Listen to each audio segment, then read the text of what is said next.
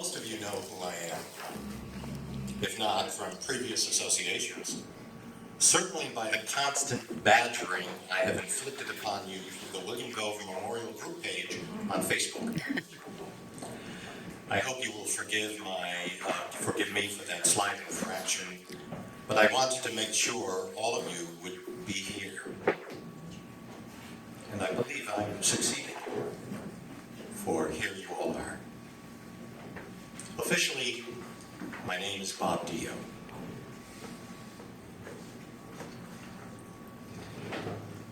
It's always better to meet friends and make new acquaintances under happier circumstances. But isn't it true that many of us meet at weddings, funerals, and memorials more frequently than we would like or imagine?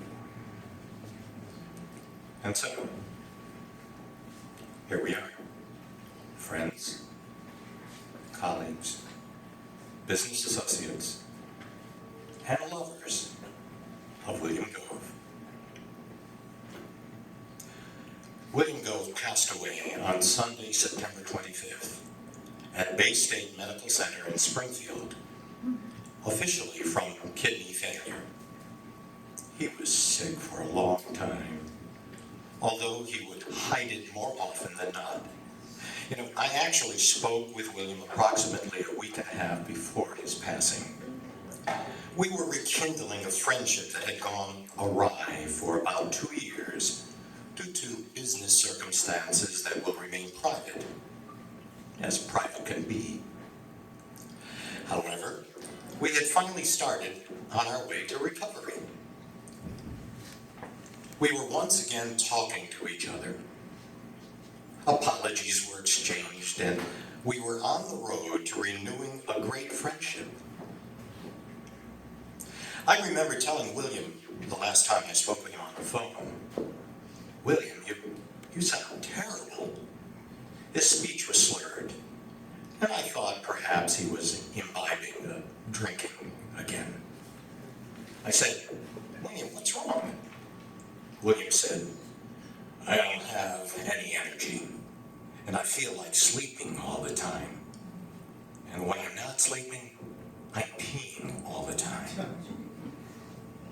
And I haven't had a drink in 3 months, Dio." I can hear him saying. I said, "Me to William. You need to go to the hospital now." William, yeah. Barbara wants to take me to the emergency room. We'll see. Now, if any of you knew William well, you knew how stubborn he could be. By the way, the Barbara that William mentioned is Barbara McCarthy. Barbara was with William's, I'm sorry, let me go back here. Barbara, who's, what happened here? Barbara was with William and was his final soulmate. Barbara adored William, and William idolized Barbara. Barbara and William lived together for about 2 years, give or take, and Barbara cared for him through the good and bad times. At the end, there were some really tough times. William was so sick. Barbara stayed close to William day and night as he grew weaker in the hospital. However, they shared one special and final close time together that made them one, which I'm sure you will hear about shortly. And then, William was gone. How did I come to know William Gove? Well, I knew William for over 20 years. I was first introduced to him at a film and video production company for which I worked. He had this movie in his hand that he wanted me to see. It was called, at that time, Michael Angel. Later, it was renamed at HBO as The Apostate. It starred the great Dennis Hopper. Can you imagine? William Gove got to direct Dennis Hopper. Wow. Our friendship continued on and off through the years. We both had a lot in common. I am a professional stage and screen actor and director. Some of you here tonight have worked on crews for me. I even hired William once to DP for me on a Connecticut lottery spot.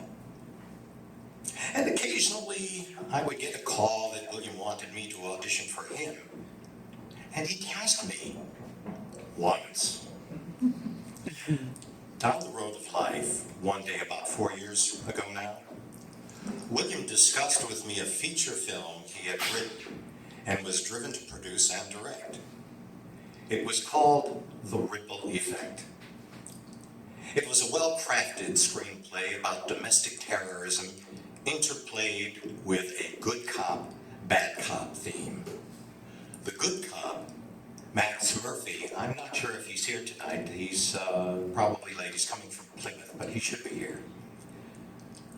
The executive producer of The Ripple Effect, Bill Laub, and his lovely wife, Cindy, are also both here tonight. Hi. Honoring William's memory. Bill, Cindy, thank you for being here. Making films, as you know, is a struggle. It takes a long time to grow the seed of an idea all the way to fruition on the big screen. Frustrations, tensions, hurt egos, we're all artistic and slightly psychotic. Along with that diabolical problem of money can erupt like a volcano in the process. But undaunted, William kept persevering. He told me many times that he wanted this film to be his professional swan song. Later tonight, you will see a clip from the sizzle reel of The Ripple Effect, and then you will understand William's passion. Perhaps, William, someday, your passion will be realized, my friend. And now, let me take this opportunity to introduce to you the woman that I mentioned earlier, who stood by William, nurturing, loving, and caring for him right to the end. She has a special poem she would like to read to you tonight that expresses her love and her feeling of loss. Ladies and gentlemen, without further ado, Ms. Barbara McCarthy.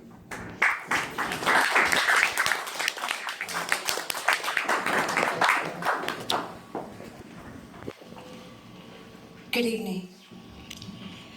This poem I'm about to read was published on the back of a wedding album that Bay State Hospital sent me shortly after William's death, because they had provided us a wedding ceremony. And unbeknownst to me, they sent me a beautiful wedding album. That's beautiful. I could not actually read it all the way through until weeks later, and it is beautiful. It's by E.E. Cummings, so I hope you enjoy it. It's called I Carry Your Heart. I carry your heart with me. I carry it in my heart. I am never without it. Anywhere I go, you go, my dear. And whatever is done by only me is your doing, my darling. I fear no fate, for you are my fate, my sweet. I want no world, for beautiful you are my world, my true. And it's you are whatever a moon has ever meant, and whatever a sun will always sing is you. Here is the deepest secret nobody knows. Here is the root of the root, and the bud of the bud, and the sky of a tree called life, which grows higher than the soul can hope or mind can hide. And this is the wonder that's keeping the stars apart. I carry your heart. I carry it in my heart. Very nice. William wasn't a religious man, at least not outwardly in the conventional sense. Did he believe in a power greater than all of us? Perhaps. Maybe. Maybe not. No one really knows for sure what each one of us thinks privately in our own minds. When times are tough and we seem beaten, We may wonder if God or a force greater than us is really there to help and protect. Maybe that is the time when we look deeply into ourselves in order to summon up the energy, courage, and the inherent need to just survive, no matter what is thrown our way. Maybe it is we who are divine. Perhaps the Spirit lives within us. Perhaps we are the Spirit. Perhaps we are the Father, the Son, and the Holy Spirit. Perhaps not. No matter what any of you privately believe, you have a right to your thoughts, to remember, to wonder, to hold on to whatever gets you through the day. Bob Dio, as you now see, has his beliefs, and he would like to share them openly with you. Please take this time now to bow your heads in silence and remember William Gove as we listen to a recording of Bob Dio as he sings the Lord's Prayer.